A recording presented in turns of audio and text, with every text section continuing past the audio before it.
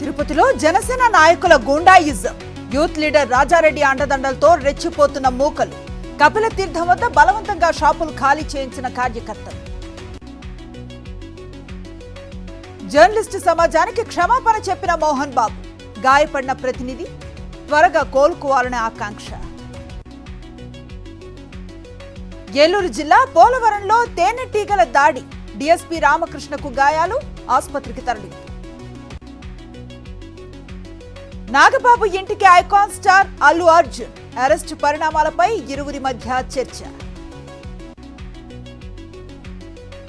అల్లు అర్జున్ ను కలిసిన తోట త్రిమూర్తులు, జరిగిన ఘటన దురదృష్టకరమన్న ఎమ్మెల్సీ. మహాయుతి కూటమిలో కేబినెట్ విస్తరణ, బీజేపీకి 19, షిండే వర్గానికి 13 మంత్రి పదవులు, అజిత్ పవార్ వర్గానికి 10 కేబినెట్ బెర్తులు. ఢిల్లీ అసెంబ్లీ ఎన్నికల కోసం ఆప్ తుది జాబితా, న్యూఢిల్లీ నుంచి అరవింద్ కేజ్రీవాల్ పోటీ. 2027లో జమిలీ ఎన్నికలు రావటం ఖాయం, కార్యకర్తలు సిద్ధంగా ఉండాలన్న ఎంపీ విజయసాయిరెడ్డి. సాగునీటి సంఘం ఎన్నికల్లో టీడీపీ దౌర్జన్యాలు, భూములున్న రైతులకు ఓట్లు లేకుండా చేశారు, ఎన్నికల అర్థాన్ని చంద్రబాబు మార్చేశారన్న మాజీ మంత్రి కాకాణి.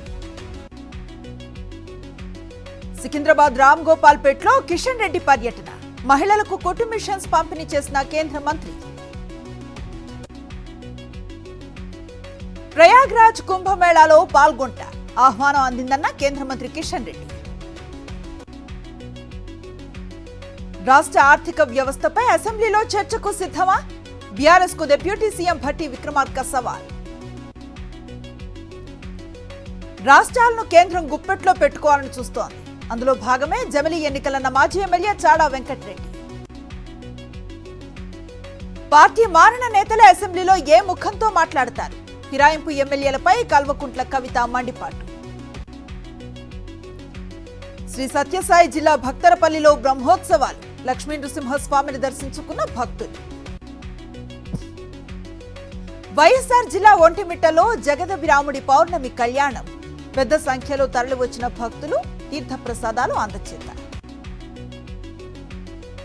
కొమరవెల్లి మల్లన్న ఆలయానికి పోటెత్తిన భక్తులు, మొక్కులు చెల్లించుకుని ప్రత్యేక పూజలు.